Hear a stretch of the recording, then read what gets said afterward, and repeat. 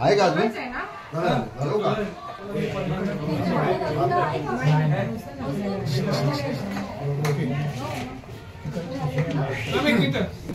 एक मिनिट त्याला येऊ पुढे. Welcome welcome welcome welcome welcome.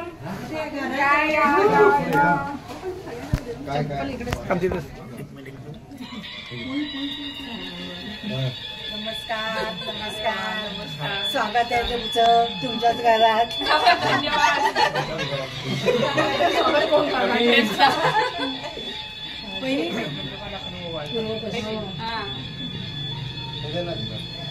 अरे तू धरणार अरे मस्त. राहू दे चांगलं वाटतं तिथे.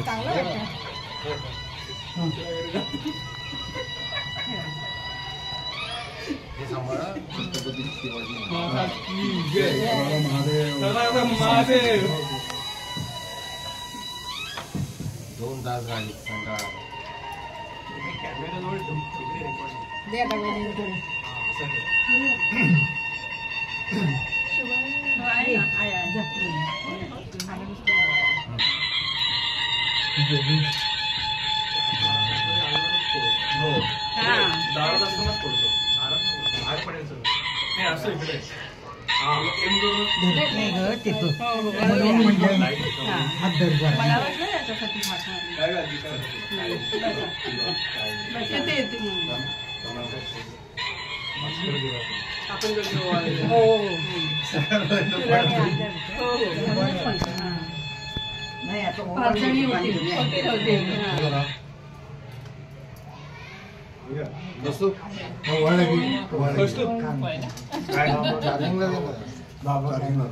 चार्जिंग एकच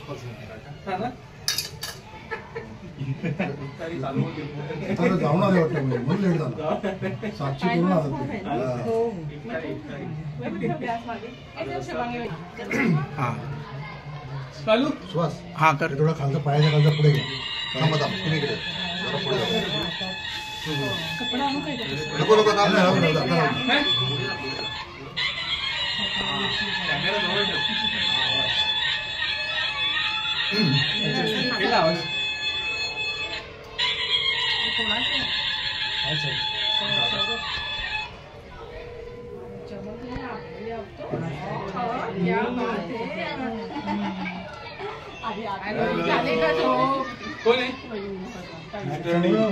दादा नाही मागच्या बाजूने काय करते आता. Hello audience houseful audience. आई कुठे गेला? खाली आहेत काय ती नाही विचारतो. चालू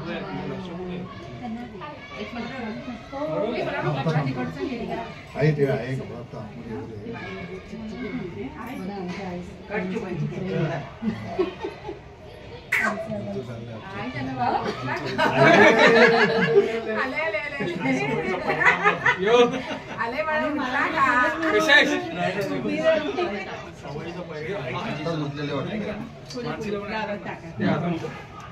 त्याच्यावरती टाकलं.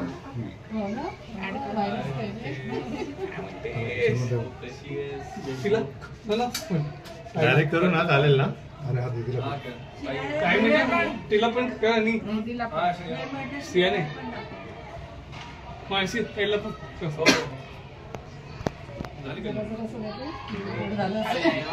एक मिनिट पुढे येऊ मला सांगा. मला मागे उद्या व्यवस्थित सेट होऊ द्या मग हे करा. हा तेच मी आलं मी हलू द्या मला.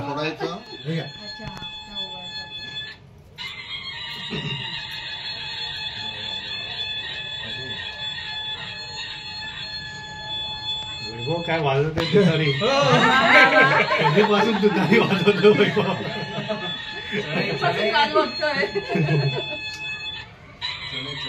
पाच वाजल्यापासून तरी गाडीत बसल्यापासून जसं गेट वर आले चालू. उधळा उधळा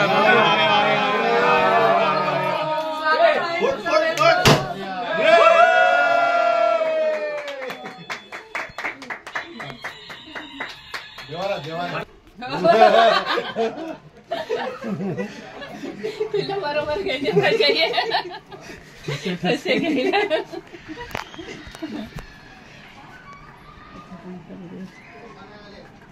मी मध्ये येते का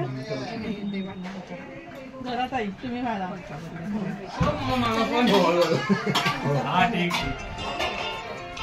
आजोबा बोला बॅकग्राऊंड म्युझिक कोण आहे कोण आलाय? पट्टी कोण आहे? मस्त एकदम तू आवाज आहे. तुम्ही दोघंही जिंकले इंडिया तुमच्या क्लब मध्ये आलाय. एकदम हो. काय झालं एकदम आनंद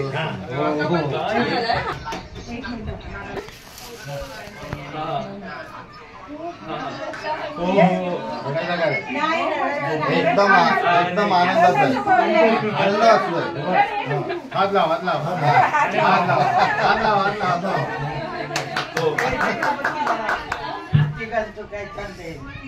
हो हो चंद्र हे उचल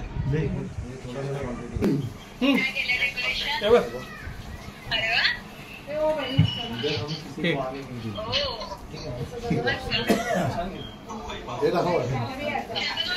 हो सगळे आले हे बघ अरे हा इकडे बघा केक असं बोला happy birthday happy birthday to you may God bless you may God bless you happy birthday happy birthday to you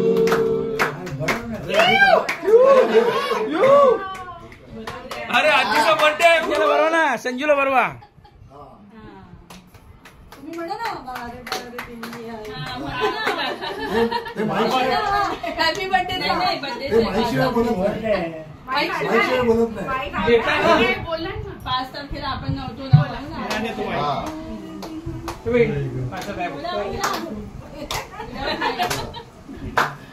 काय माईक लाय? ते पाहिजे बाबा कलाकार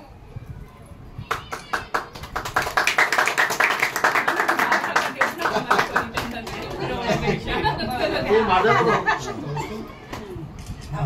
तुम्ही पण हे वेगळं बटन चालू आहे का ते अरे वा या तुम्ही दोघं या हा? मला थोडं ऍडजस्ट करायला आला का? हा हा आला, आला. आला गेला. तरी पण झाले काय हो इथं खाऊन बोलू. मग परत इथं खाण्यातच वेळ आहे. तरी पण सगळ्यांनी म्हणतात ना ते बघा थँक्यू वैभव. लेबल लाव 2 मिनिटं बर्थडे बॉय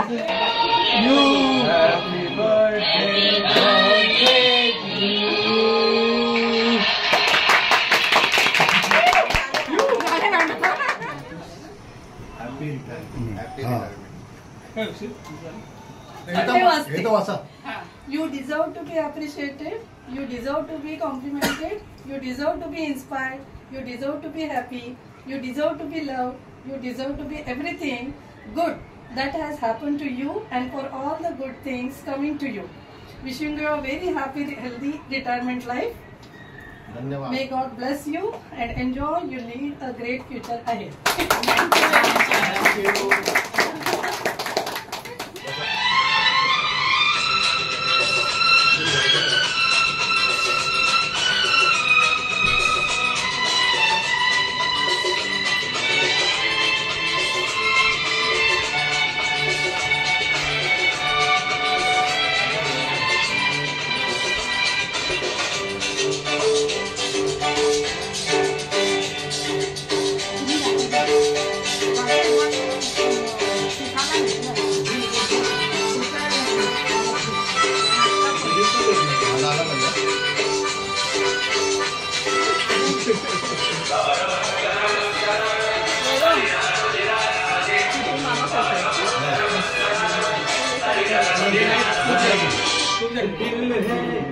मेरा दीवाना यारो मैं तो चला है, दिल है मेरा दीवाना यारो मैं तो चला,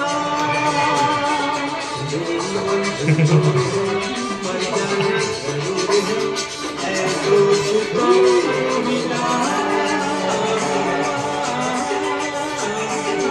दिल है मेरा दीवाना यारो मैं तो चला है, दिल है मेरा दीवाना यारो मैं तो चला.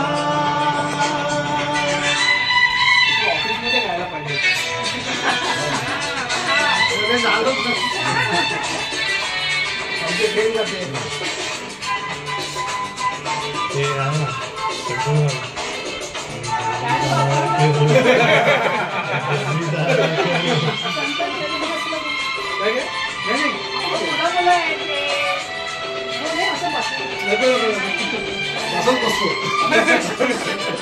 मला सवय असंच ठीक आहे. में है कल के सपने, अपने यारो ना रोको मुझे तुम, ये दिल नहीं मेरे बस में, मेरी मंजिल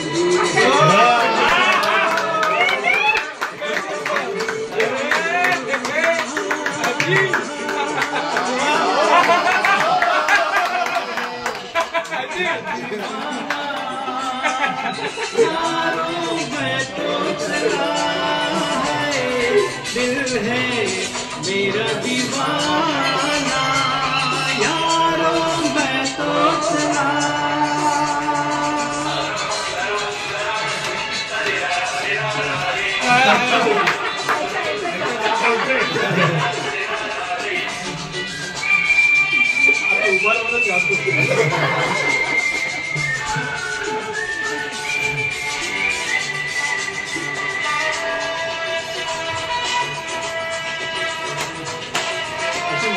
पाहिजे ना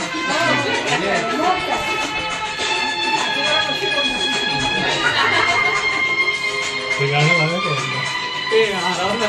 घेऊया ते सांग ना.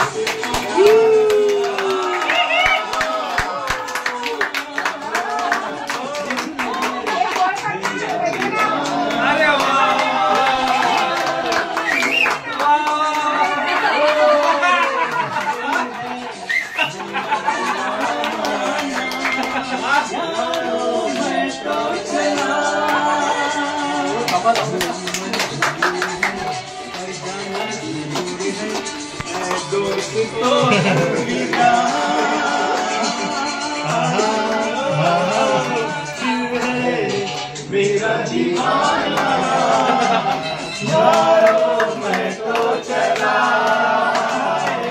दिल है मेरा दीवाना यारो मैं तो चला.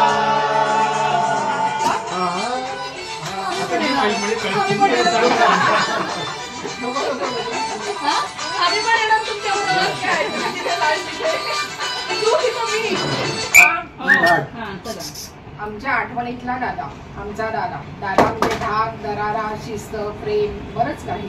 त्याचा राग म्हणजे आळवावरचे पाणी. दादा म्हणजे फणसासारखा आहे. वरून काठीणी असला तरी तो कोमल स्वभावाचा आहे. सगळ्यांना समजून घेणारा, वेळ प्रसंगी कठोर वाटणारा, आमचा मार्गदर्शक, दिशादर्शक. आम्हाला त्याने दिशा दाखवली म्हणून आम्ही आज इथपर्यंत पोहोचलो आहे. आमच्यावर त्याने जेवढे प्रेम केले ते शब्दात वर्णन करू शकत नाही. तू अगदी नीटनेटका शिस्तीचा आहेस, सर्व वस्तू तुला जागच्या जागी लागतात. त्यामुळे लहानपणी जरी आम्ही तुझ्या वस्तूंना हात लावला तरी ते तुला लगेच कळायची. तुझ्या हातात कला आहे, तुझ्या अक्षरांची तर मी फॅनच आहे. साध्या साध्या गोष्टीतून तुझी कला दिसते. आमच्यासाठी बनवलेले भाऊजेचे उज्ज्वलक तर मी अजून जपून ठेवले आहे. त्यावेळी हस्ताक्षर तर अगदी टाईप केल्यासारखे आहे. तसेच आत्ताची आठवण म्हणजे मागच्या डोळ्याच्या रुपवतासाठी तू बनवलेले पेपरचे सुंदर सुंदर फ्रॉक तर सर्वांनाच आवडले. तू आमच्यासाठी ड्रेसमध्ये आणले की ड्रेस कसा शिवायचा हे देखील तू सांगायचं.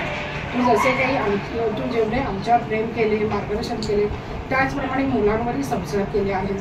त्यांचे शिक्षण तसेच त्यांना आपल्या परीने सर्वोपरी देण्याचा प्रयत्न तू केला आहेस.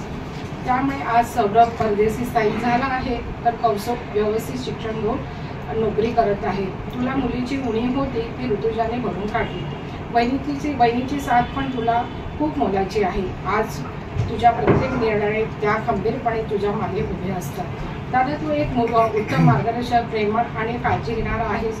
तुझे प्रेम, सहकार्य प्रत्येकाच्या आयुष्यात एक विशेष स्थान निर्माण करतात. तुझे परिपूर्णतेने दिशेने असलेले कष्ट आणि ध्येय तुला आदर्श ठरवत आहे. तू काही वेळा कडक असला, रागवणारा असला तर तुझ्या रागामध्ये एक चांगलं उद्दिष्ट असतं. तू सगळ्यांसाठी जे काही कष्ट घेतले आहेस त्याचे चीज झाल्यासारखे वाटते. तू आपले काम जोखमीने पार पाडले आहेस. तुझे प्रेम आणि काळजी तुझ्या कठोरतेच्या पलीकडे नेहमी जाणार असते. तुझ्या मार्गदर्शनामुळे आम्ही आयुष्यात खूप शिकलो. निवृत्तीच्या या टप्प्यावर तुझे छायाचित्र आणि अंतर्गत सजावटीचे छंद देखील तुझ्या सृजनशीलतेची आणि संवेदनशीलतेची सुंदर उदाहरणे आहेत. तुझ्या प्रत्येक क्रियेत एक कलात्मकता आणि सुव्यवस्था असते जी तुझ्या व्यक्तिमत्वाचा एक भाग आहे. तू ज्या प्रकारे काम केले आहेस आणि ज्या प्रकारे उंच शिखरावर उभा आहेस त्याला आमचा सलाम.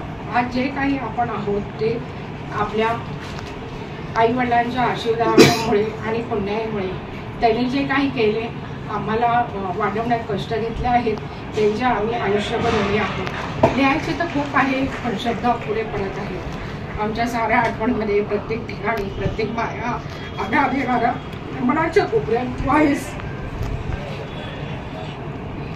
निवृत्तीनंतर तू नवीन छंद जोपास, नवीन दिशा देश घे. तुझ्या जीवनात छंद रंग भरू दे. आनंदी राहा, स्वस्थ राहा, मस्त राहा, मजेत आयुष्य जग. फक्त एवढंच देवाकडे मागवा मागेल तुला सुखी ठेव, आनंदी ठेव. तुमच्या पुढील वाटचालीसाठी आमच्या सर्वांकडून खूप खूप शुभेच्छा. तू आता 60तून 61 कडे पदार्पण केलेल्या बद्दल तुला खूप खूप शुभेच्छा. असाच तरुण हा, असाच पाठीराखा राहा.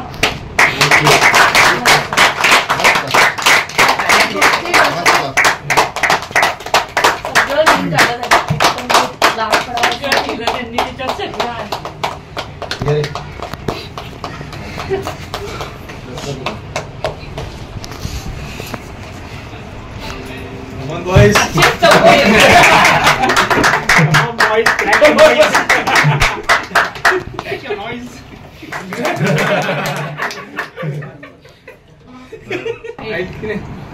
कवितेचे नाव आहे सेवानिवृत्ती. आजचा दिवस पुन्हा शोधून देखील मिळणार नाही. आठवणींच्या पावसामध्ये कधी भिजलेली कळणार नाही. ट्रेनचा प्रवास आता रोज रोज छळणार नाही. रविवारची मजा आता शनिवारी कळणार नाही.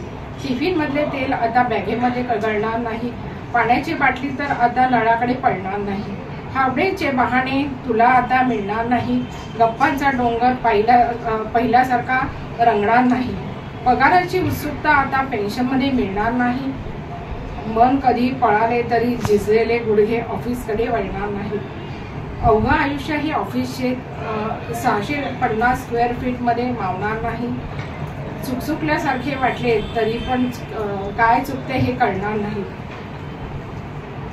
झिजलेले गुडघे मात्र आता ऑफिसकडे पडणार नाही. ओळी आयुष्यभर साथ दिलीस, प्रेमाने मार्गदर्शनाने उचललंस, सहाय्य करत संकटात उभे राहिलास. तुझं अस्तित्व आम्हाला आधार वाटला. आंतरिक सजावटीच्या कलेत तू एक नवीन विश्व निर्माण केलंस. प्रत्येक कोपरा, प्रत्येक कण तुझ्या हाताने दिला सुंदर रंग. फोटोग्राफीमध्ये प्रेम गहिरे क्षणांनी पकडले जणू काळाला थांबविले. तुझ्या कॅमेराच्या लेन्समधून दिसले नवीन जग. प्रत्येक फोटोमध्ये दडली आहे एक गोष्ट, कधी कठोर कधी सौम्य. तू नेहमीच योग्य असं सांगत गेलास. तुझ्या प्रत्येक सल्ल्याचा गोड परिणाम झाला. आयुष्यभर आम्ही घेतलं तुझं मार्गदर्शन. निवृत्तीचं वळण चालू झालंय. तू सुखाने जरा विश्रांती घे आता. तू सुखाने विश्रांती घे बरं आता. तुझ्या कलेला नवीन आकार दे बरं आता.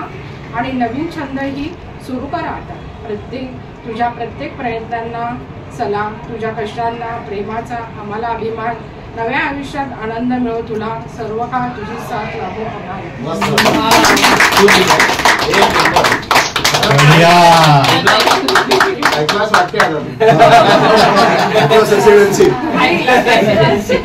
असं एकदा तयार झालं की आपण एक तुमचा संग्रह टाकू शकतो. टाकू आता शीघ्र ठरवी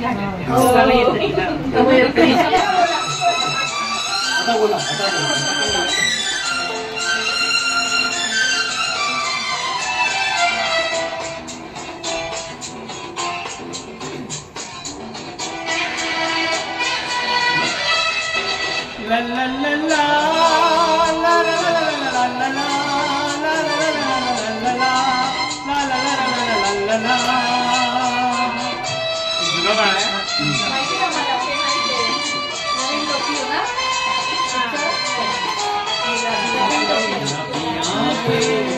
जो तेरी देखी शराबी ये दिल हो गया.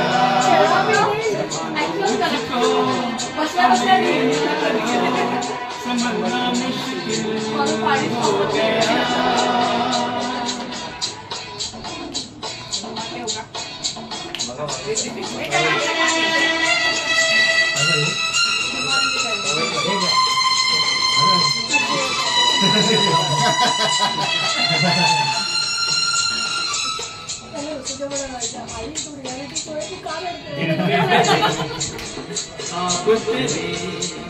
तस्वीरें जैसे होती बारी पे तुझ पे फिदा मैं क्यों हुआ.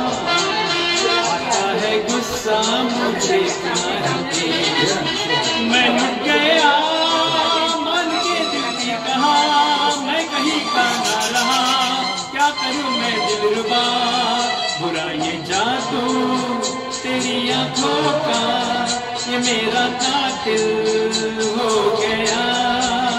गुलाबी आंखें जो तेरी देखी शराबी ये दिल हो गया.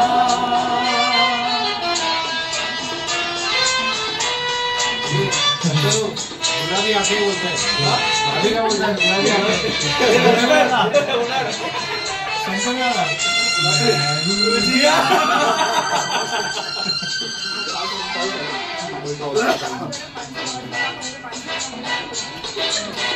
मैंने सदा चाहा यही दामन बचा लूं हसीनों से मैं. तेरी कसम ख्वाबों में भी बचता फिरा नाज़नीसों से मैं.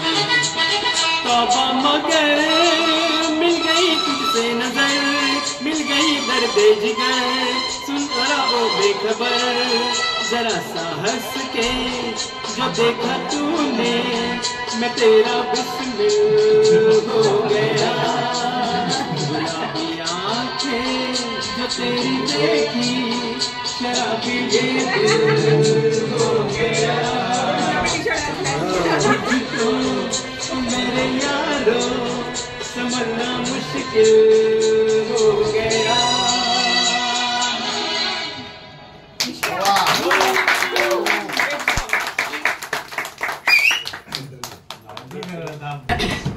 ऍक्च्युली आज संजय फोरे साहेबांचं रिटायरमेंट आहे. आम्ही त्यांना बाबाच म्हणतो सगळे आणि ते आप्पा म्हणतात त्यांना. तर त्यांच्या रिटायरमेंटसाठी त्यांची एक मोठं सेलिब्रेशन आहे. त्यांचं जे माइलस्टोन आहे 60 वर्षाचं त्याच्यासाठी त्यांनी आम्हाला या कार्यक्रमात बोलवलं. म्हणजे काय बोलवणारच बाय डिफॉल्ट. कारण मगाशीच त्यांनी सांगितलंय आपण सगळे एक फॅमिली आहेत. आणि आम्हाला खूप आनंद आहे की तुम्ही सगळे आमची फॅमिली आहात आणि आम्हाला बोलवलं त्याबद्दल खूप धन्यवाद. आणि सर्वात महत्त्वाचं म्हणजे बाबांबद्दल बोलण्यासारखं खूप आहे. जे तुम्ही 95 नाही 99 नाही 100% बोललेलेच आहात. त्या बऱ्याच सगळ्या भावना आमच्याही मनात आहेत की खरंच ते उत्तम व्यक्तिमत्व तर आहेच आणि त्यांनी खूप म्हणजे मनात एक बाहेर एक पोटावर एक असे ते नाहीये, जे आहे ते तोंडावर स्पष्ट आहे. तो स्वभाव खूप चांगला आहे ऍक्च्युली. मागून बॅक पिचिंग करण्यापेक्षा ते जे समोर बोलतात आणि जे समोर सांगतात त्याच्याने कधी कधी आपल्याला त्यावेळेला असं त्या मोमेंटला वाटतं की हे बरोबर नाही, पण जेव्हा त्याची प्रचिती येते त्यावेळेला त्याचं आपल्याला कळतं की येस दॅट इज करेक्ट त्यांचं डिसिजन आहे. फॉर एक्झाम्पल आता लग्नाच्याच वेळेला आम्हाला ते 3 रूम्स दिले होते, तर त्यातला जो मेकअप मॅनसाठी जो ठेवला होता तर माझी इच्छा होती की नवरदेव आहे तर त्याच्या आतमध्ये बाथटब वगैरे आहे तर एक त्यांना तो रूम त्यांनी घ्यावा. आम्हाला मुलीवर एक स्पेशियस होता आणि मुलाकडचे आहेत नवरदेव आहे तर त्याच्यासाठी आपण हा रूम द्यावा असं म्हणजे माझ्या मनात होतं. मग त्यांनी सांगितलं नाही हा मेकअप मनला द्यायचा. त्यावेळेला मला असं वाटलं की अरे आपण एवढं त्यांना सांगतोय की नवरदेवासाठी देऊया पण हे काहीच म्हणजे त्यांच्या मनात काहीच नाही. ते असं का म्हणाले की नको आपण ते घेऊया हा मेकअप मनला देऊया. आणि नंतर जेव्हा त्या दिवशी लग्नाच्या दिवशी जी ज्या पद्धतीने आतमध्ये मेकअप हे झालं सगळं म्हणजे कुणाला काही गडबड झाली नाही त्या लोकांना पण आम्हाला सगळ्यांना तयार करताना ऍट अ टाइम वेळ पण आमचा वाचला. त्यावेळेला ते डिसिजन किती योग्य होतं ते कळतं. म्हणजे अशा छोट्या छोट्या बऱ्याच गोष्टी आहेत किंवा त्यांचं मॅनेजमेंट आहे टायमिंग आहे त्यांचं अशा बऱ्याच गोष्टी आहेत की ज्या या 1 वर्षात तुम्ही तर आयुष्यभर त्यांना बघितलेलं आहे त्यामुळे नो डाऊट तुमचे सगळे हे छान आहेत रिव्ह्यूज पण 1 वर्षात आम्हाला समजलेले आम्हाला भावलेले असे आमचे बाबा खूप खरंच छान आहेत. बरेच डिसिजन्स त्यांचे खरंच छान असतात. प्लॅनिंग त्यांचं मजबूत असतं. आर्ट त्यांचं चांगलं आहे. अक्षर चांगलं आहे आणि भाऊक तर खूप आहे. म्हणजे असं वाटतं ना की बाबा हे मोठे घरातले हे तसं नाही. त्यांच्या डोळ्यात टचकन पाणी पण येतं. आणि जसं तुम्ही मगाशी बोललात की तुम्हाला मुलगीचं सुख मिळालं तसं त्यांच्यामुळे आम्हाला मुलाचं सुखही सौरभराव आणि कौस्तुभ या दोघांमुळे ते सुख त्यांनी आम्हाला दिलं.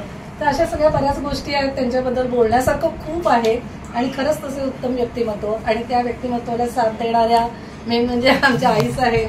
त्या पण खूपच छान आहेत आणि त्यांच्या शेवटी बघा यशस्वी पुरुषामागे स्त्री आहे असं प्रत्येक वेळेला बोललं जातं ते काही खोटं नाहीये.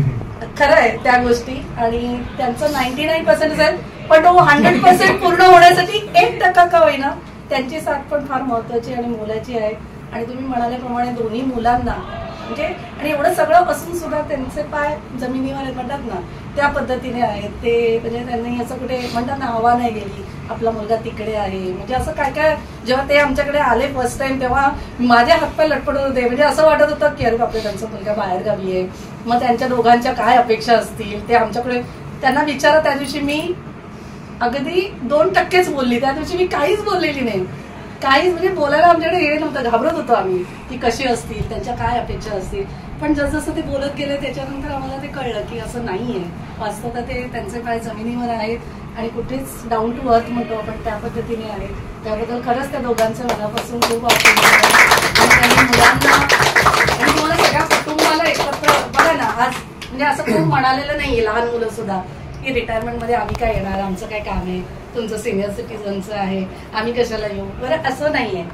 शंतनू सुद्धा एवढ्या लांबून पुण्यावर बीबी लहान असताना सुद्धा तो आलेला आहे. म्हणजे हे त्यांनी बांधून ठेवलेलं बाइंडिंग जे आहे ते हा आणि त्यांच्या नेहमी तोंडामध्ये माझ्या बहिणी माझी बहीण तशी आहे माझी बहीण अशी आहे माझा भाऊ असा आहे. म्हणजे हे जे सगळं ऐकतो तुमच्याबद्दल माहिती आम्हाला त्यांच्याकडून मिळते की ही कामामध्ये असं आहे माझी ती केक छान बनवते हे छान बनवते. म्हणजे हे तुमच्याबद्दलचं सुद्धा त्यांच्या तोंडात सारखं जे कौतुक असतं ते समजतं की तुमचं सगळ्यांचं बाइंडिंग खूप छान आहे बॉन्ड खूप छान आहे आणि हा असाच राहू दे. आणि या सगळ्यांचं श्रेय परत मी आई बाबांना पण देईन की त्यांनी यांना घडवलं तुम्हाला सगळ्यांना घडवलं आणि तुमच्यामुळे ही पिढी घडतीये. म्हणजे हा वारसा पुढे पुढे चाललेला आहे. तर हा मला म्हणजे खूपच सुखदायक गोष्टी आहेत या आणि मला फार आनंद वाटतोय की आज त्यांचं रिटायरमेंट आपण म्हणजे त्यांनी तर इनिशिएटिव्ह घेतलंय पण तुम्ही सगळ्यांनी पण इतकं छान इनिशिएटिव्ह घेऊन केलं तर त्याबद्दल खरंच कौतुक आहे तुमच्या सगळ्यांचं. कौस्तुभसाठी पण की किती छान त्यांनी सगळं डेकोरेशन केलेलं आहे मस्त आणि दोघं तर तिथून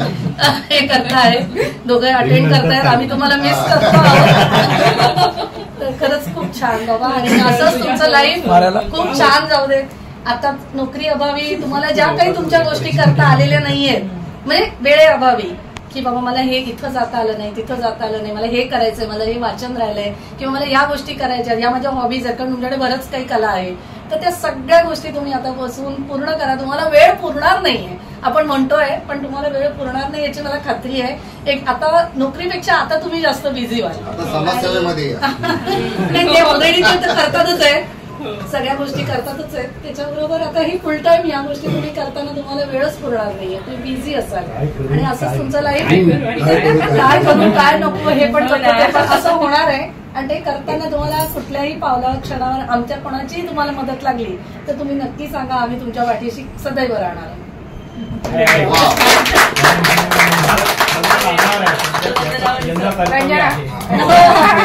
दादा कोण म्हणतं तू म्हातारा झाला,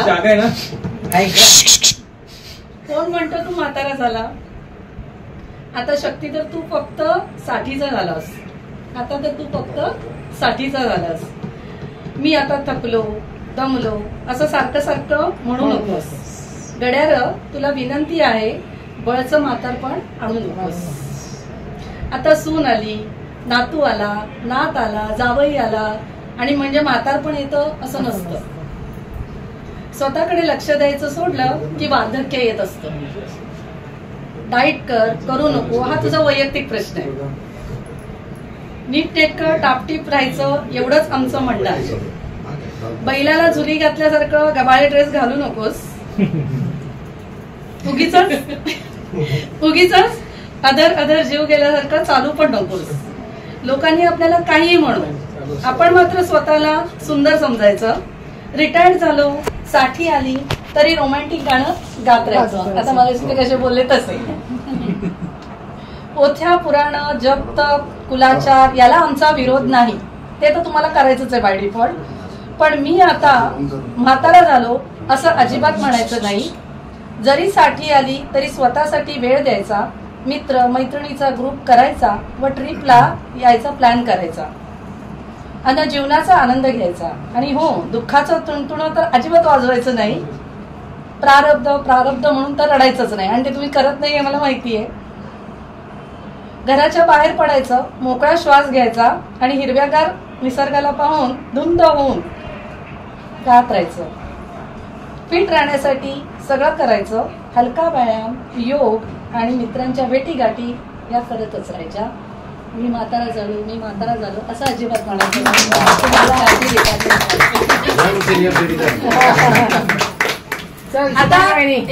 आता या सगळ्या गोष्टी करताना मी काय बोलली की आईंचं योगदान फार मोठं आहे, बरोबर. मग आईंच्या योगदानासाठी एक 4 ओळींचं 4 ओळी आहे. आईनी आता 60 म्हणजे किती 36 वर्ष, किती 37 वर्ष 6 दिवस 6 महिने 1 दिवस हा एवढं काम केलं. ते करताना डबा दिलेला आहे आम्ही पण पासून, बरोबर. तर 33 वर्ष आणि 8 वर्ष. तर त्यांच्यासाठी एक आहे, ठीक आहे, तुमच्यासाठी. वर्षानुवर्षाच्या प्रवासात ती गिफ्ट बुके वगैरे काही देत नाही दिलं, कारण त्यावेळेला त्याचे दिवस नव्हते देण्यासारखे, त्यावेळेचे दिवस नव्हते. असले तरी ते 5 रुपयाचा गजरा घेताना पण विचार करून घेत होतो आपण, बरोबर. त्यामुळे वर्षानुवर्ष प्रवासात ती गिफ्ट बुके वगैरे काही देत नाही. साधं 4 ओळीचं प्रेमपत्र पण लिहित नाही. लव्ह यू, मिस यू असं काही म्हणत नाही. ती रोज मात्र डबा देते, बरोबर. प्रत्येक पहाटे अनिवार्य ओढीने ती जागी होते. गरमागरम मऊ पोळीवर तुपाची बोटे नाचवताना स्वतःशी गोड हसते आणि मनात म्हणत असते की माझ्या नवऱ्याला मिळेल तर तू पोटात जाऊ दे.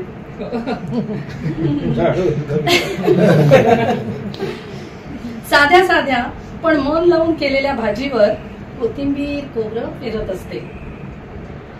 कधी दही भात, कधी सलाड, कधी आरोग्याची काळजी म्हणून ड्रायफ्रूट एखादं टाकत असते.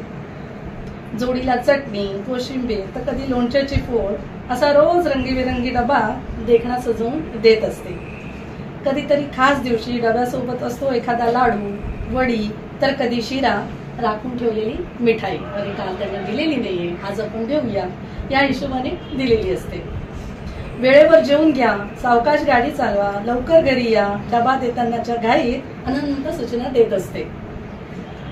बाल्कनीत उभी राहून कामावर जाणाऱ्या पाठमोड्या नवऱ्याला दिसेनासा होईपर्यंत उगाच पाहत राहते. ती रोज डबा देते. संध्याकाळी परतलेला रिकामा डबा तिला खुश करतो. तिला दुसऱ्या दिवशीच्या डब्याचा पुन्हा लागते ती पुढच्या दिवशीच्या तयारीला. व्यक्तीच्या चाकोरीतून काही गोष्टी सांगता येत नाही. प्रेम, काळजी, माया शब्दातून नेमकं मात्र तिला व्यक्त करता येत नाही. ती काळजात सारं ओतून देते आणि ते रोज डबा देत राहते आणि त्या डब्यामध्ये तिच्या सगळ्या भावना ती ओतत असते. त्यामुळे जरी तुम्हाला आता डबा देता येत नसेल तरी सुद्धा तुम्हाला रोज जेवण पत्र करायचं आहे.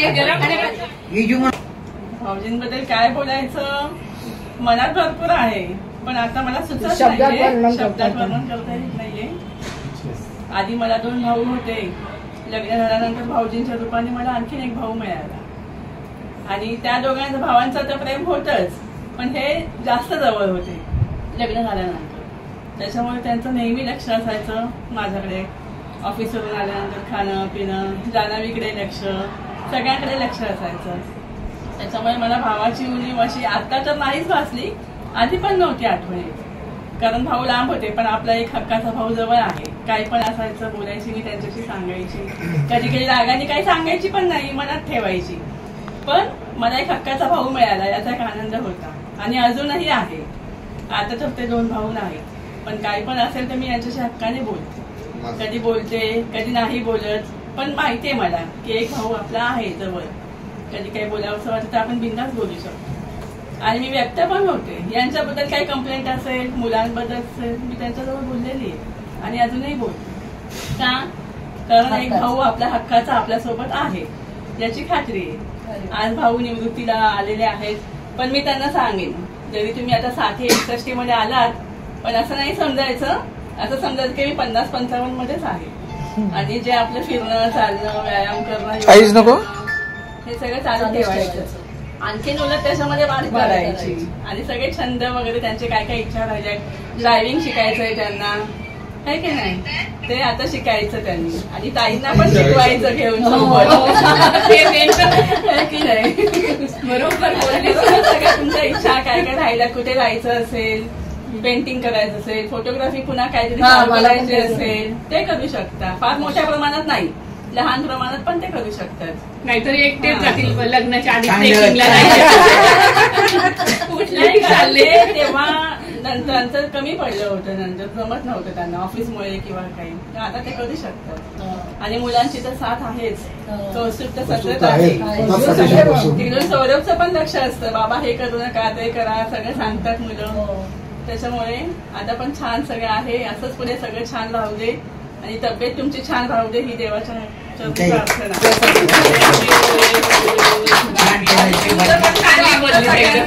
राहू द्या, हक्काने रागवा, हक्काने बोला आणि हक्काने प्रेम करा. मस्त. तुम्ही हक्काने कंप्लेंट करायची.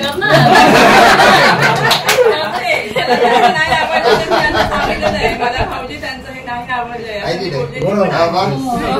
हो, ते मध्ये जेवण तर मी पण त्यांना झालं. तुम्ही सांगा. 30 वर्ष पूर्ण झाले, आता 34वं वर्ष सुरू झालं. तर ह्या 33 वर्षामध्ये आमच्या दोघांच्या एकत्रितपणामध्ये मी त्यांना एवढंच ओळखले की त्यांनी खूप कष्ट केले. त्यांचे कष्टच मी बघत आले ही मुलं मोठी होईपर्यंत. आणि एक परफेक्ट मॅन म्हणून ते परफेक्ट मॅनच आहेत.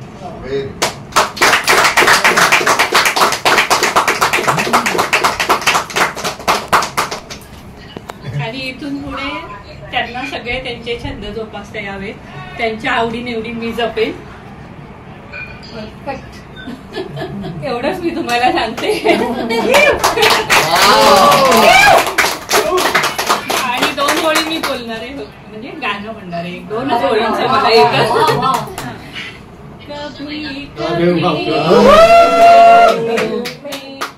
ख्याल आता है कि जैसे तुझको बनाया गया है मेरे लिए।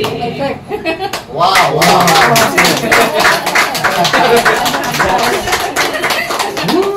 आम्ही त्या दिवशी मला करणार ते असं असं सरांगे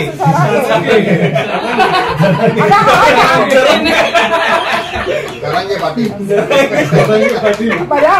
उत्स्फूर्त असतं आणि ते त्याच्यात वजन जास्त असतं प्रेमाचं. चला बोल. सुरुवात कशी करायची मला माहिती नाही. पहिल्यांदा मी लकी आहे की आई बाबा माझे सासू सासरे आज त्यांच्यासारख्या शुभेच्छा पहिल्या शुभेच्छा त्यांनी दिल्या मला. काय दिल्या ते नंतर सांगतो. त्यानंतर माळोदे आजोबा, फंटास्टिक आजी, रुपाळी आजी, एवढी ज्येष्ठ नागरिक आपल्याकडे आहेत सगळे ज्येष्ठ, त्यांना सगळ्यांना माझा नमस्कार. आणि तुम्ही सगळे वेळात वेळ काढून इकडे आलात आणि हा सेलिब्रेशन माझा मुवमेंट आहे तो आपला व्यवस्थित केला त्याबद्दल तुमच्या सगळ्यांचे आभार. आणि मगाशी काय बोललो मी कबुलाऱ्यांना, हां त्यांनी काय सांगितलं माहिती आहे सकाळी तुमच्या 37 वर्ष त्यांना मी सांगितलं असेल 37 वर्ष सर्व्हिस झाली, एवढी सेवा तुम्ही पूर्ण केली यशस्वी, त्याच्याबद्दल तुमचे अभिनंदन. आणि त्यांना मी सांगितलं की तुम्ही मला मुलगी दिली आणि माझ्या मागे ती खंबीरपणे उभी राहिली, त्याच्यामुळे मी हा टप्पा पार पाडला. आणि अजून एक माझं लव असं की माळोदेंचीच मुलगी अजून एक आमच्याकडे पण आली आहे, त्याच्यामुळे सौरभ आणि यांचं पण करिअर तसंच चांगलं यशस्वी होईल. तर त्याच्यामुळे मी एकदम खुश आहे. तर त्यांचं ते मग हे झालं. आणि तुम्ही सगळे जे काय वेळात वेळ काढून खरंच हे सेलिब्रेशन इतकं छान केलं ना, वंदनाने तर एकदम ती त्याच्यामागे एवढी लेखिका सगळ्यांनी खूप छान दिलं. इव्हन मला कल्पनाच नव्हती की माझं सेलिब्रेशन एवढं चांगलं होईल, कारण ऑफिसमधून पण मला एवढा चांगला रिस्पॉन्स आला ना. मी जे काय 37 वर्ष ऑफिसमध्ये ट्रेझरर होतो किंवा जे काय कामं गेली ना सगळ्यांची त्याची ही पोस्ट होती. आणि मी सगळ्यात घरात मोठा असल्यामुळे ना मला माहीत नव्हतं की आता यांना जे काय आपली परिस्थिती आहे ती कशी हे करायची. कारण माझं शिक्षण पण तसं अर्धवट होतं, मला ॲडमिशन जिकडे पाहिजे तिकडे मिळालेलं नव्हतं. मग पहिलं वर्ष असलेल्या पांडुरंग नावाच्या कॉलेजमध्ये मी ॲडमिशन घेतलं. माझी पहिली बॅच, काहीच नव्हतं तिकडे, मी सगळ्या विषयात नापास झालो. धुरी नावाचा एक माझा मित्र होता, त्या धुरीमुळे मी ह्या कोर्सला ॲडमिशन घेतलं. हा कोर्स काय आहे ना त्या ॲडमिशन घेताना पण मला माहीत नव्हतं. फक्त एवढंच माहिती होतं की मला ते ड्रॉइंगचं काहीतरी आहे, पण ते सिव्हिल इंजिनिअरिंगचं ड्रॉइंग आहे आणि त्याचा काय कुठे संबंध आहे त्याचा काही माहिती नव्हतं. मी वेटिंगवर होतो, महिनाभर मी जात होतो, कारण मला मार्क्स त्याच्या ॲडमिशन संपलेलं होतं ॲक्च्युली. तर त्या सरांना काय द्यायला आली माहीत नाही, मला त्यांनी डायरेक्ट ॲडमिशन देऊन टाकलं. तर तेव्हा मला ना डिस्टिंक्शनमध्ये मी पास झालो, कारण हा झटका लागलेला होता. आणि त्याच्यानंतर मग मला जॉब पण ह्या बाजूला तिकडे आपला एक विनी जोशी नावाचे गोल्ड मेडलिस्ट इंजिनियर आहे, त्यांनी मला सांगितलं तू ये उद्यापासून. म्हटलं मी आत्ताच परीक्षा दिली आहे, मी आता पिक्चर बघायला जाणार आहे, मी 2 दिवस मजा करणार आहे, मी काय नाही. मग त्यांनी मला ना 50 रुपये दिले त्यावेळेला. त्यांना हे घे पिक्चर बघ, 2 दिवस मजा कर आणि 1 तारखेपासून आहे, कारण 27 तारखेला माझी परीक्षा संपलेली. तर मी 3 दिवस फक्त घरी होतो कॉलेज संपल्यापासून आणि मला डायरेक्ट जॉब लागला. तर मला त्यानंतर मी एवढं आता म्हटलं एक खूप लवकर होत आहे, आपण जॉब करायचं की आपली थोडी हॉबी आहे ना ती जरा बोलूया आपण. म्हणून मी जे मध्ये फोटोग्राफीसाठी गेलो होतो ॲक्च्युली, पण मला ॲडमिशन मिळालं नाही, मी नापास झालो त्या एंट्रन्स एक्झाममध्ये, कारण मला केमिकल्सबद्दल शून्य माहिती होती आणि तिकडे प्रॉपर केमिकल्स आणि त्याच्याबद्दल माहिती असणाऱ्यांनाच ॲडमिशन मिळतं. तर मला ह्या माझ्या क्वालिफिकेशनवर इंटिरियरला ॲडमिशन मिळालं, ते मी केलं. साईड बाय साईड मी PSIला मेंबरशिप घेतली आणि तिकडे मी कोर्स केला हा फोटोग्राफीचा. तिथे मला केमिकलची पुस्तकं सगळी थेरी फोटोग्राफीची सगळी वाचली आणि परत मी एक्झाम दिली नेक्स्ट इयर. त्यावेळेला मला ॲडमिशन मिळालं. त्याच्यामध्ये मला पूर्ण कॉलेजमध्ये पोर्ट्रेचरला फर्स्ट प्राइज मिळालं. आणि माझ्याकडे मॉडेल पैसे नव्हते, मॉडेलसाठी पैसे नव्हते माझ्याकडे स्टुडिओ घेऊन शूट करायला. तर माझ्या ऑफिसची तुमची जी मैत्रीण माधुरी आणि ती काळी होती लिटरली. तुम्ही सांगितलं तू काळी साडी नेस. तर ती साडी नेसून आली आणि तिच्यात फोटो काढले, त्याला फर्स्ट प्राइज मिळाला.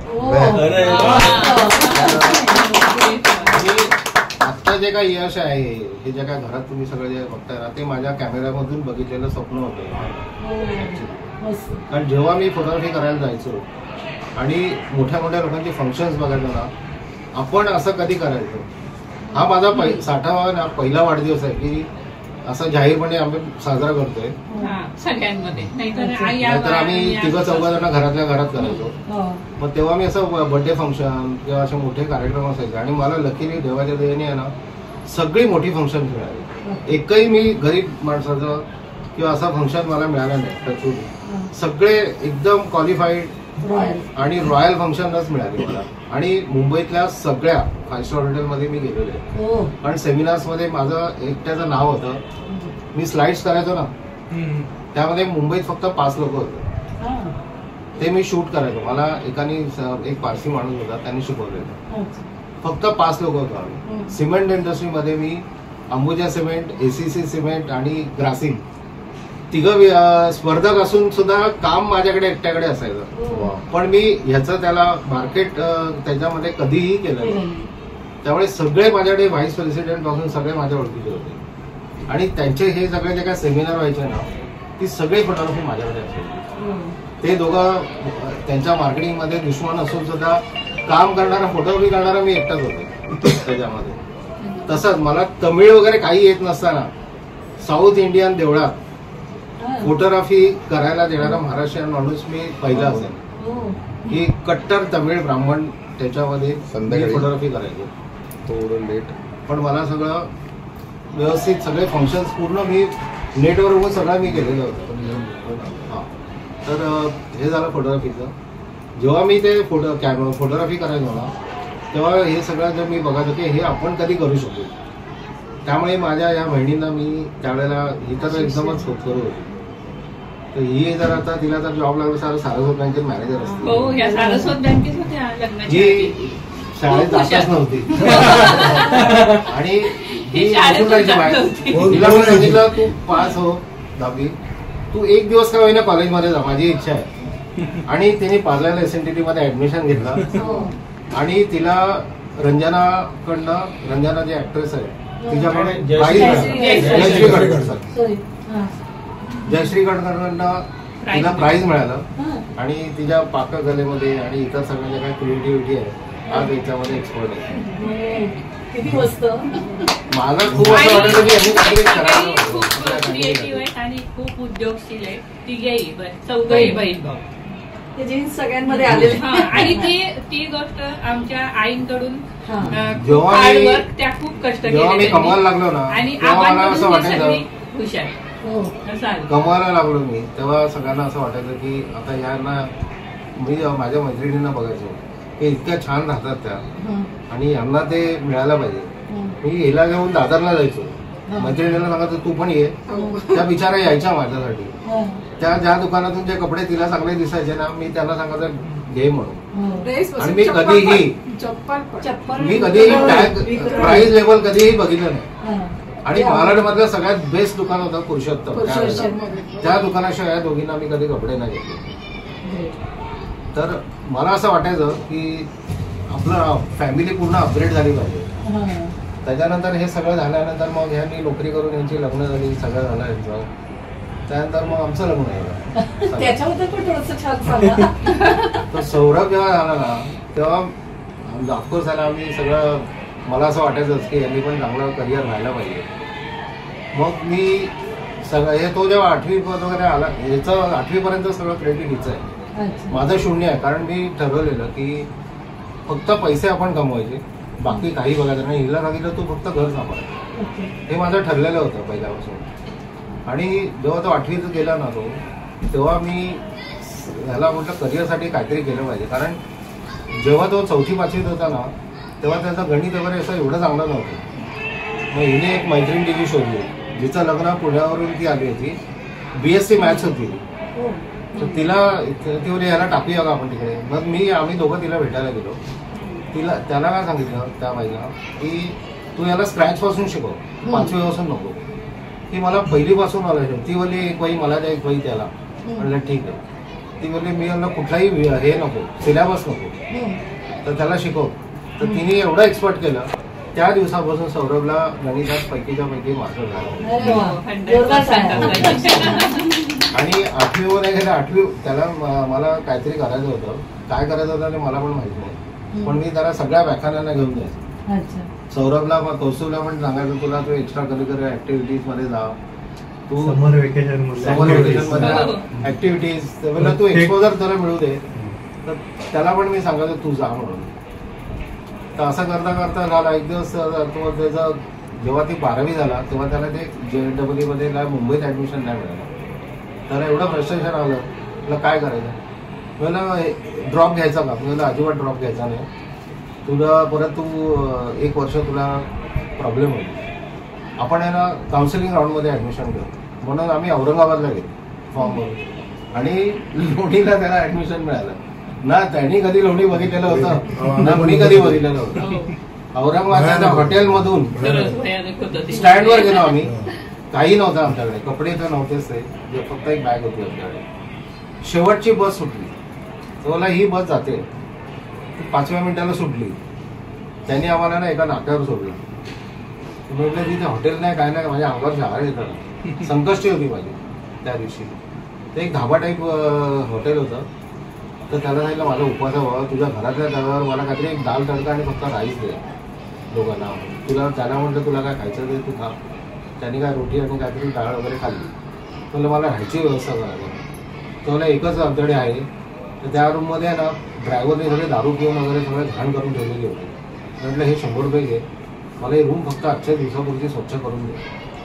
तो मला त्यांनी सगळे दिले. सकाळी उठल्या ना आम्ही पहिला कॉलेजमध्ये पळालो आणि कॉलेजमध्ये त्याचं ऍडमिशन घेतलं आणि आम्ही घरी आलो. तर सोडायला हे सगळे होते. ती ट्रक होती अशी. आता मला आणि अशी आम्ही टाकलेली त्या आणि त्याला सगळे सोडून आम्हाला त्या राहवलंच नाही. पहिल्यांदा तो जाणार होता. त्याचा बॅडलक असं की त्या रूम मध्ये आहे ना कोणीतरी सुसाईड केलेलं होतं आणि त्याला लेट ऍडमिशन मिळालं. त्याच्यामुळे तीच एक रूम अवेलेबल होती. आम्हाला वाईट वाटत होतं की तो आता मेसचं खाणार कसं किंवा काय. तर तेव्हापासून तो कष्ट करणार. त्यांनी स्वतःचं करिअर आता बघता येते सगळं. तर त्याच्यानंतर तो ग्रॅज्युएशन इकडे आला ना तर 3 महिने त्याला जॉब नव्हता. तो असा केस जे त्याला उठायची सवय लागली ना ती तेव्हाची असं करायची. त्याला जॉब नव्हता ना. तर त्याला टेरेसवर घेऊन जायचो, फेऱ्या मारायचो. मग ते समजावलं त्याला. मग त्याला रिलायन्समध्ये एक जॉब लागला. तर एक दिवस असं सकाळी जायचं तर 8:30ला पण रात्री येऊन तो इथे बिन बॅग होती आमची. त्याच्यावर असा पडायचा ना कोणी त्याच्याशी बोलायचं नाही, इतका थकून जायचं. तर एक दिवस त्याच्या ऑफिसमध्ये एक कोणतरी होते सर. ते बोलले की तू पुढे का नाही शिकत, अमेरिकेला वगैरे जा, तुझं MS कर वगैरे. तर एक दिवस शनिवारी आम्ही नेहमी दर शनिवारी आम्ही आहे ना हे आपलं डायनिंग टेबल आहे त्याच्यावर आम्ही नेहमी डिस्कस करायचो कुठलीही गोष्ट शनिवार टू शनिवार. बोला बाबा मी US ला जायचं विचारलं नाही. मला तर काहीही माहिती नव्हतं US पण आपल्याकडे किती पैसे म्हटलं बघून सांगतो तुला मी किती कुठे कुठे काय काय ते गाडी करून. तर म्हटलं एवढे होत आहेत, बाकीचं आपण करून बघू काय होतं ते. मग काउन्सिलरकडे गेलो आम्ही. त्यांनी सांगितलं एवढा खर्च आहे 35 लाख. म्हटलं एवढं बाबा आपल्याकडे नाही रे बाबा, तू आपण माझ्यावर लोन घेऊ. मग त्यांनी सांगितलं तुम्हाला 25 लाखाचं लोन मिळेल. बाकीचे मग इथे सगळे दागिने मी मोडले. इथे फक्त मंगळसूत्र आणि तुम्हाला जे मारू ओळख करून दिली बा तुला त्यांनी मला 4 लाख लोन फटक्यात सँक्शन केलं. ते 4 लाख बाकीचे सगळे सेव्हिंग असं करून ती फी कशी तरी फॉर्म भरला आणि त्याला ते ऍडमिशन मिळालं. आणि दर महिन्याला 35,000 रुपये पाठवायचे. आणि माझा पगार त्यावेळेला काय एवढा नव्हता. तर आम्ही इकडे आमच्यासाठी कमी ठेवायचो पण त्याला तिकडे दर महिन्याला 6 महिने तरी मी पैसे पाठवले. तर असं करता करता त्याचं झालं ग्रॅज्युएशन. त्यांनी पण खूप कष्ट केले तिकडे. म्हणजे अक्षरशः ते न्यूजपेपर नंतर कुठला तरी एक सँडविच आला होता सगळे 12 तास पूर्ण उभा राहून 12 तास उभा राहायचा, 12 तास घरी त्याला कॉलेज अभ्यास आणि त्याच्या करायचं, त्यांनी पण भरपूर कष्ट केले. आणि शिवाय त्याला ज्यांनी त्याचा पण होता ना ओनर, त्यांनी पैसे पण दिले नाही त्याचे, तर ते पैसे बुडवले त्याचे त्याने. असं करता करता त्याचं झालं सगळं ग्रॅज्युएशन, नोकरी लागली. त्यांनी मग एका मित्राबरोबर शेअरिंगमध्ये रूम्स घेतल्या वगैरे, तर त्याचं झालं सगळं. नंतर हे साहेब आले आमचे, तोपर्यंत इंजिनिअरिंगला. तोपर्यंत आमची ही मी आता फॅक्ट सांगतो तुम्हाला सगळ्यांना. हा, माझं हे जे कर्ज आहे ना, कर्जाची जी सिक्वेन्स आहे ती ऑगस्टमध्ये संपली. आता आतापर्यंत माझ्यावर आहे ना सतत कर्ज, आणि सोसायटीचं तर कर्ज जर होतच होतं. दरवेळेला मी घ्यायचं, हे संपलं की देऊन टाकायचं किंवा मित्राकडून घ्यायचं त्याच्या नावावर, आणि असं करतच हे सगळं झालं माझं. हे साहेब आले, तर यांचं परत ऍडमिशन तीच प्रोसेस. मी म्हटलं तू बाबा मला टाक, तू आता काय बाहेर जाऊ नको, कुठल्याही फॅकल्टीला मिळालं तरी चालेल. मग त्याला पहिल्या राऊंडमध्ये ना इलेक्ट्रॉनिकला ऍडमिशन मिळालं. मी म्हटलं जा तू इलेक्ट्रॉनिक. मग इथे जवळच्या जवळ तू आपलं दुपारी पण येशील, आणि असं करून ते ऍडमिशन त्याचं पण झालं. आणि 3 वर्ष त्याला काय क्लिअर कट पास होता. तर शेवटच्या वर्षी त्याला काहीतरी एक मार्क कमी होता त्या एक्सेंजरच्या एलिजिबिलिटीला. म्हटलं तो मला पेपर आहे ना सोपे गेले, तर मला जास्त मार्क मिळतील अशी अपेक्षा आहे. म्हटलं रिचेकिंगला टाकून दे. ते पैसे भरले, फॉर्म भरला, आणि ज्या दिवशी इंटरव्ह्यूचा शेवटचा दिवस होता की हे करायचं, तर याची वाईल्ड कार्ड एंट्री म्हणून त्या झाली इकडे. म्हणजे सकाळी रिझल्ट समजला, मार्क्स किती आहेत ते, आणि दुपारी त्याचा इंटरव्ह्यू झाला. आणि त्या ह्याच्यामध्ये तो 5 वेळा कॉलेजमधून घरी आला, आणि 5 मजले कॉलेजमध्ये काय खाल्लेलं पण 5 वेळा 5 आणि असं उपाशी पोटी त्यांनी इंटरव्ह्यू दिला. आणि त्याच्या कॉलेजमधून 4 बॅच का 5 बॅच असेल काहीतरी, त्या बॅच मधून हा एकटा मुलगा होता की जो ऍक्सेंजर मध्ये सिलेक्ट झाला. बाकीच्या मुली आणि बाकी सगळ्या मुली होत्या, आणि हा एकटा शेवटी त्याची. आणि त्याचं सौरभला यांनी विचारलं रात्री, बाबा काय इंटरव्ह्यू आहे माझा, नेटवर शोधलं, रात्रभर तो विचारत आला होता. तर त्याचा इंटरव्ह्यू क्रॅक झाला, त्याला जॉब मिळाला, इकडचं होतं इकडे आलं. आणि नंतर मग काय आमची ऋतुजा आली मध्ये. तर माझ्या या कॅमेऱ्यातून बघितलेलं स्वप्न, तर जे पिक्चर होतं, तर मला वाटतं बऱ्यापैकी पूर्ण झालंय. आणि मला सगळ्या मुलांचा अभिमान आहे की सगळ्या मुलांनी आपापल्या क्षेत्रात, जान्हवी आहे ना, जान्हवीला पण इंजिनियर व्हायचं होतं, तिला एवढा फोबिया. मग शेवटी तिला सांगितलं तू BSc IT कर. नंतर ती BSc IT झाल्यावर सांगितलं MSc IT कर. असं करून ती झाली कशी तरी. तिला ऍक्च्युली सगळ्यात हुशार ती होती, तिला 97% मार्क्स होते.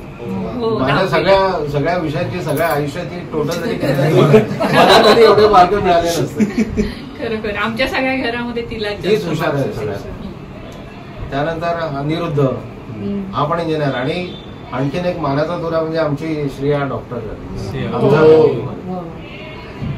आणि तिने पण काय कष्ट बाहेर जाऊन घेतले. तिला सांगितलं बाबा तू आपल्याकडे आल्या ते.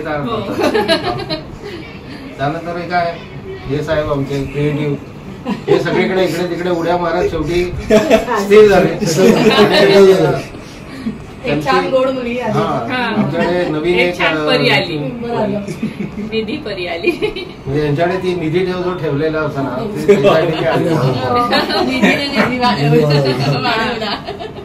आणि आज मला खरोखरच आनंद होतो की सगळे सेटल्ड आहेत, सगळे आपापल्या परिवारात खुश आहेत, सगळ्यांचे फ्लॅट, सगळ्यांच्या खाऊन पिऊन सगळे सुखी आहेत. आई वडिलांचं स्वप्न सगळं पूर्ण झालं. म्हणजे आई आबांचे कष्टांना फळ मिळालं नाही का, आई वडिलांचे आशीर्वाद.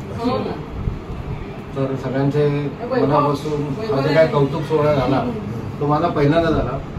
मला पण ऑफिसमध्ये पण मला माहित नव्हतं की एवढं सगळं होईल. आणि आमच्या 15 लोकांच्या ऑफिसमध्ये 100 लोक येतील. मला स्वप्नात पण कधी वाटलं नव्हतं की 85 वर्षाचे गृहस्थ की मला येऊन आशीर्वाद देतील किंवा तू बरं झालं मला बोलायला आठवण द्या काढलीच माझी असं म्हणत येतील. मला तर जरा पण वाटलं नव्हतं. अजून 3 वयस्कर लोकांना यायचं होतं, पण त्यांना व्हर्टिगोचा प्रॉब्लेम आहे आणि ते एकटे येऊ शकत नाही. त्यांनी खंत बोलून दाखवली मला, फोनवर आशीर्वाद दिला. आपल्या टीव्हीवर न्यूज देणारे अश्विन बापट त्यांनी पण आज मला फोन केलेला आम्ही दुपारी तिकडे असताना, तर त्याचे वडील माझ्यासोबत आहेत. तर त्यांना यायचं होतं पण ते बोलले सध्या सॉरी मी येऊ शकलो नाही. हे मेसेज मी यांना पाठवले आहेत सगळे, ते वाचन करून दाखवतील. थोडे मोजके 2-3 थोडा वेळ झालेला आहे, एक 5 मिनिटं अजून लागतील. हा जो हे जे पत्र पाठवलं आहे ना, अजून अशी पायड्यात भरपूर पत्र आहे. हे अरविंद आगाशे नावाचे त्यांनी पाठवलेले आहे. त्यांचं वय वर्ष 74 आहे. स्वतःहून उभे राहू शकत नाही, व्हर्टिगोचा प्रॉब्लेम आहे, हात थरथरतो, टायपिंग करता येत नाही. तरी त्या माणसाने 3 दिवस ते पत्र टाईप केलेलं आहे. तर त्यांनी मला खूप आधी पाठवलं ते पत्र. असेच मेसेज आलेत मला, त्यांच्यावर ते पाठवलेले आहेत तुम्हाला. तर तुमच्या सगळ्यांचे मनापासून आभार. तुम्ही जे काय केलं कौतुक. आणि मला माहीत नाही अजून माझ्यातून काय चुकलं असेल तर मला माफ करा, काय बोलवलं असेल. आणि ह्या नवीन वाटचालीसाठी सुरुवात करतोय, तर तुमच्या सगळ्यांच्या शुभेच्छा अशाच माझ्या मागे राहू दे. तुमच्या सगळ्यांचे मनापासून धन्यवाद. आणि थोड्या वेळाने जे काय आम्ही सौरभ कौस्तुभने काय अरेंज केलं आहे त्याचा आस्वाद घ्या. आणि हिची इच्छा होती की उद्या आपण हे सगळेजण आहेत तर राहायला सांगू आणि सत्यनारायणाच्या पूजेपासून आपल्या देवकार्यापासून सुरुवात करू रिटायरमेंटची. आणि अजून एक गोष्ट आहे की ह्या सगळ्या गोष्टीसाठी आहे ना, मी एक ह्याच्यामध्ये असा फोन केला होता 8 दिवसापूर्वी की तू साडीचं काय झालं. एक शांतादुर्गेची साडी आम्हाला ह्या ह्याच्यामधून आशीर्वाद म्हणून मिळालेली आहे, रंजनाताईंमुळे मिळालेली ही हिच्यामुळे मिळाली. आणि माझं लग असं की ती बाई त्यावेळेला ती देवळात होती असं हिने सांगितलं. आणि तो प्रसाद आम्हाला मिळालाय, ती उद्या ही नेसणार आहे. गोव्याची शांतादुर्गाची साडी आपण केलेली साडी आम्हाला प्रसाद म्हणून मिळाली, नऊवारी साडी. त्यामुळे रंजनाचे आभार. या सगळ्या तुमचा प्रसाद मिळण्यासाठी ती काढून ठरली. मला असं काय बोलता येत नाही, त्यामुळे मी थोडंफार मी मनात जसं येईल तसं बोलत गेलो. मला काय माहित नाही काय करायचं. मी लग्नात पहिल्यांदा बोललो, मला काही माहिती नव्हतं तसं बोलायला. सगळ्यांच्या मनापासून आभार. वेळात वेळ काढून आलात तुम्ही आणि हे सेलिब्रेशन केलं. आणि हे जे काय तुमचे सगळे कलागुण आहेत ना, हे असेच ठेवा. ते खूप चांगलं आहे. त्याला जरा आणखीन पॉलिश करा. आणि खरोखर हे सगळं गेट टुगेदर आहे ना, एक नवीन प्रेरणा देणार आहे. म्हणजे मला खूप आवडलं हे तुम्ही जे काय करताय नाही.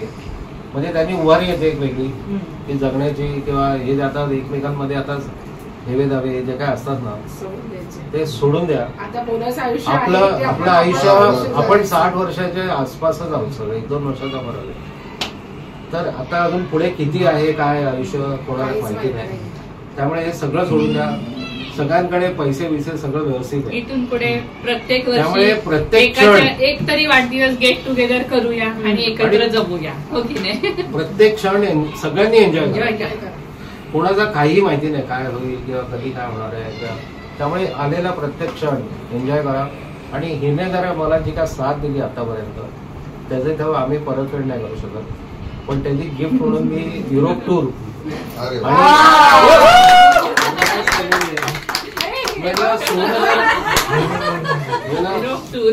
आणि सोनं राहणं ते कपाटात राहतं, तिजोरीत राहतं. पण हे 14 दिवस आहेत ना सोन्यासारखे तिच्या आयुष्यात सोन्यासारखे असू देत. आमचे हे 14 दिवस जे काय आहेत ते सोनं राहणं प्रत्यक्ष देऊ शकलो असतो मी तिला, पण ते तिजोरीत राहणार. अंगावर पण ते अगदी भीती वाटते. तर हे 14 दिवस आहेत ना तर सोन्यासारखे असावेत. असं ती ट्रिप हिने पण एन्जॉय करावी.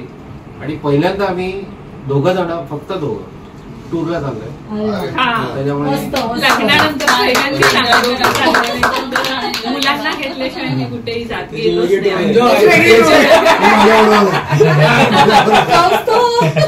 14 दिवस जाल तेव्हा अख्खं जग बाकीचं आम्ही सगळ्यांना विसरा आणि फक्त तुम्ही दोघांनी छानपैकी एन्जॉय करायचे. आणि यावेळेला तुमच्या डोक्यावर ते नोकरीचं टेन्शन नसेल. नाही ते तर आहे, सुट्टी नाही म्हणून. पण मी नाहीच म्हणत होते, माझी पण त्यांच्यासाठी मला तयार व्हावं लागलं. ऍक्च्युली ह्या टूरची कल्पना आहे ना त्याचं कारणीभूत हिचा भाऊ आणि माझा मित्र विचारे नावाचे मॉर्निंग वॉकचे मित्र आहेत, ते मागच्या वर्षी जाऊन आले आणि भाऊ 3 वर्षापूर्वी जाऊन आले. आमचं अगोदर ठरलेलं की दुबई टूर करायची. दुबई टूर आहे ना, त्याची किंमत विचारली मी तर 1.55 होती. तर आम्ही असेच सकाळी काहीतरी विषय असतो तो विषय काढला तर ते म्हणाले की 1.55 तिकडे देण्यापेक्षा ते 5 दिवसाचे आणि दुबई तुला काय मुंबईत राहतो तर दुबई आणि मुंबई असं काही नाहीये, तुला अट्रॅक्शन वाटणार नाही कारण तू US ला जाऊन आलायस, तू 100 मधल्यावर जाऊन आलायस तर ते इथे बुर्ज खलिफा तुला काय वाटणार नाही, त्यापेक्षा तू युरोप टूरला जा. तर मी यांना सांगितलं तर यांनी पण ती कल्पना उचलून धरली. तर या दोघांचे पण धन्यवाद. आणि माझ्या या 50व्या वाढदिवसात त्यासाठी त्यांनी यांना त्याच्या वाढदिवसाला मला त्यांनी आयफोन गिफ्ट दिला जो की मी आयुष्यात कधी माझ्यासाठी घेतला नसता. मी फक्त बघायचो की आयफोनची प्राइस एवढी आहे, कधी डिस्काउंट सेल चालू झाला कौस्तुभ एवढ्याला मिळतोय, माझी कधीच हिंमत झाली नसती. आणि ऋतुजाने गिंबल पाठवला, तुम्ही फक्त सांगितलं इथे सेल चालू आहे. अरे तू दे माझ्यातर्फे तुझ्याकडून घेतला नाही. तर हा आयफोन ऍक्च्युली मी ह्याचं घेण्याचं कारण हे आहे की मोठा कॅमेरा घेता माझा इथे फोरम आहे ना हे कुठेतरी डॅमेज झालेलं आहे. पुण्याला आम्ही मागे त्या मेनूकडे आलो ना, बॅग ओढत होतो ना, 5-6 मिनिटं जास्त ओढली तर हे जरा काहीतरी गडबड झालेली आहे. तर तो कॅमेरा मला मोठा काय घेऊन आणि तो हँडी नसतो म्हणून मी हा आयफोन घेतला मला फोटोग्राफीसाठी. बाकी याच्यामध्ये तसं काय अँड्रॉइड आपला बरा पण कॅमेरा म्हणून हा बरा. तर या दोन्ही मुलांचे धन्यवाद माझं स्वप्न पूर्ण केल्याबद्दल. आणि ऋतुजानी तुम्हाला हात असा धरून किती वेळ राहिला तर मी तिला असंच बोललो होतं एकदा, तर तिने ते गिंबल पाठवलं आणि यांनी आणला तो पुण्याला मी गेलो होतो शंतनुने. तर ऋतुजाचे पण धन्यवाद की तिने गिंबल पाठवला. आणखीन काय बोलला सगळ्यांच्या मनापासून आभार. अजून सरप्राईज उद्या आहे त्यामुळे उद्या पण तुला असंच बोलावं. आणि हा या सगळ्या फॅमिलीमध्ये ना सुहास आणि मी जेवढा आम्ही स्पेंड केलं ना टाइम आणि दोघांचं करिअर एकाच वेळेला सुरू झालं आणि दोघांचं स्ट्रगल पण एकाच वेळेला सुरू झालं. त्यांनी आणि आम्ही चोर बाजार एवढा फालता म्हणजे तिकडे प्रत्येक वस्तू आणि यांच्या घरी अजून पण मला वाटतं वस्तू आहेत चोर बाजारातल्या, त्यामुळे एकदम पारखी नजर त्यांची आणि एकदम निर्मळ माणूस. आणि ऑफिसमध्ये त्यांना माझ्या ऑफिसमध्ये भाऊच म्हणायचे जसं तुम्ही आणत ना हे सगळे असंच असायचं. आमचा ग्रुप आहे ना हे आमच्याकडे जेवायला पण बसायचे, जेवायच्या वेळेत आले ना की जेवायला पण बसायचे ते. आमच्या लग्नाची खरेदी दोघांनी केली. हो त्यामुळे यांच्याबद्दल असं मला कधीच वाटलं नाही की आणि काय महेश भाऊ नाही ते मी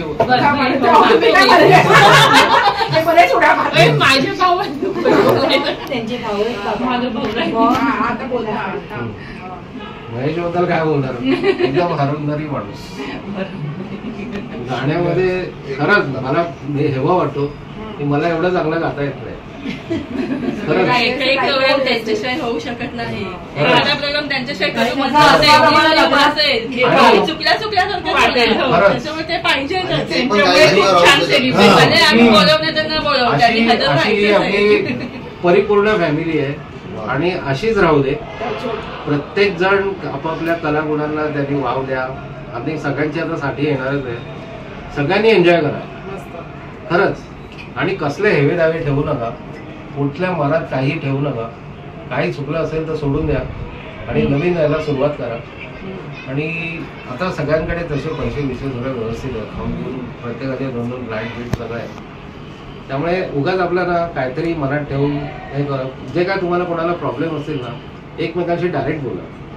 मनात काय ठेवू नका कोणी कोणाला. मी एकदम आनंदाने हे करा. आता तुम्ही बोला. 2 वाक्य बोला. छान बोलता तुम्ही. आजी बोल. आजी सकाळी मी काय सांगितलं आजी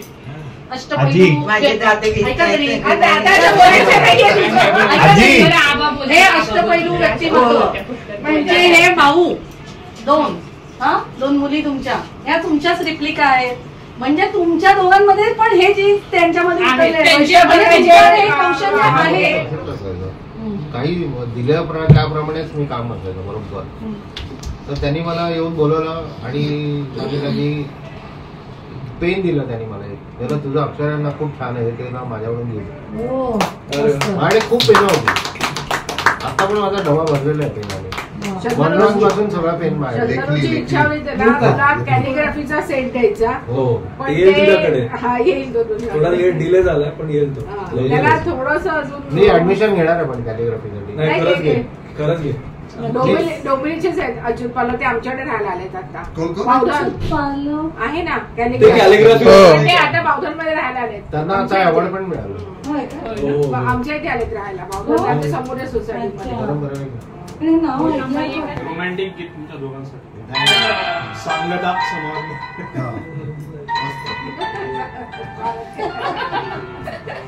रात्री पण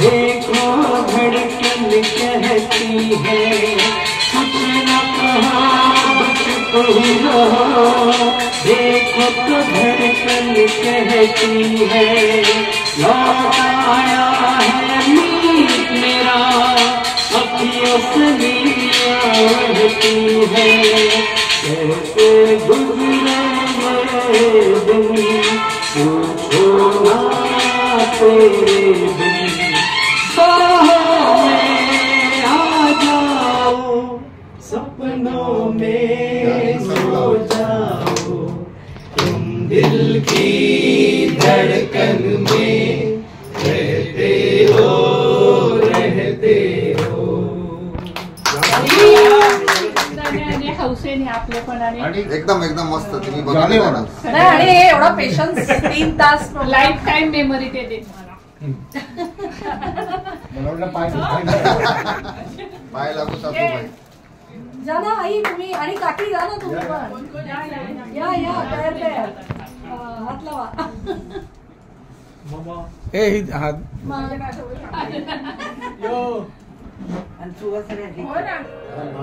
सेल्फी काढायला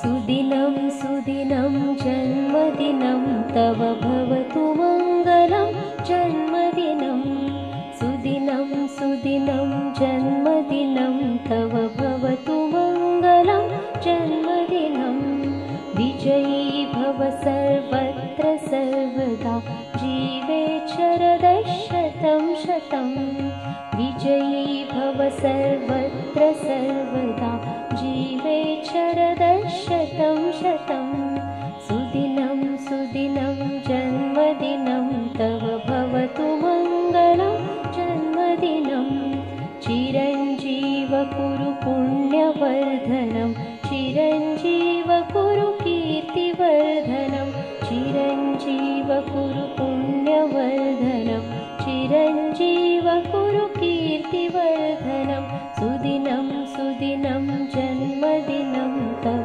भवतु मङ्गलं जन्मदिनं जगति भवतु तव सुयशोगानं जगति भवतु तव सुकीर्तिगानं जगति भवतु तव सुयशोगानं जगति भवतु तव सुकीर्तिगानं सुदिनं सुदिनं जन्मदिनं तव भवतु मङ्गलं जन्मदिनं सुदिनं सुदिनं जन्मदिनं तव भवतु मङ्गलं जन्मदिनम्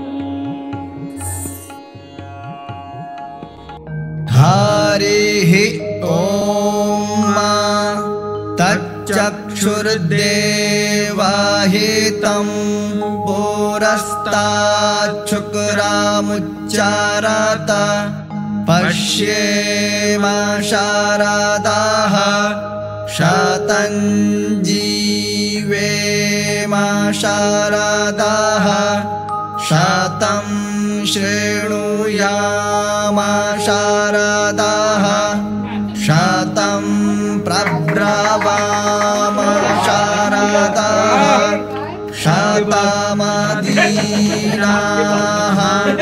स्यामाशारदाः शतं भूयश्च शारदाः शतात ॐ श्रीर्वर्चस्वमायुष्यमारोग्यमाविधाच्छोभमानं महीयते धनं धान्यं पशुं बहुपुत्रलाभं शतसंवत्सरं दीर्घमायुः जन्मदिवसस्य शुभकामनाः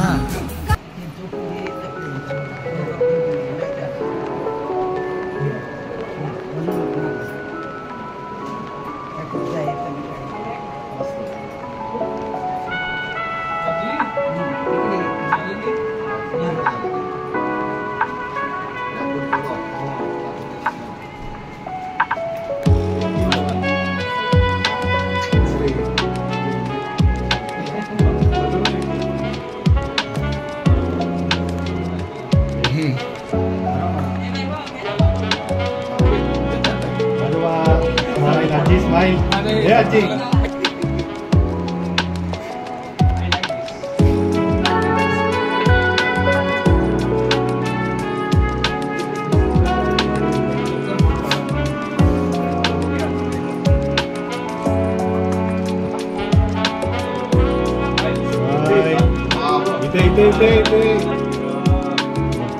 इथे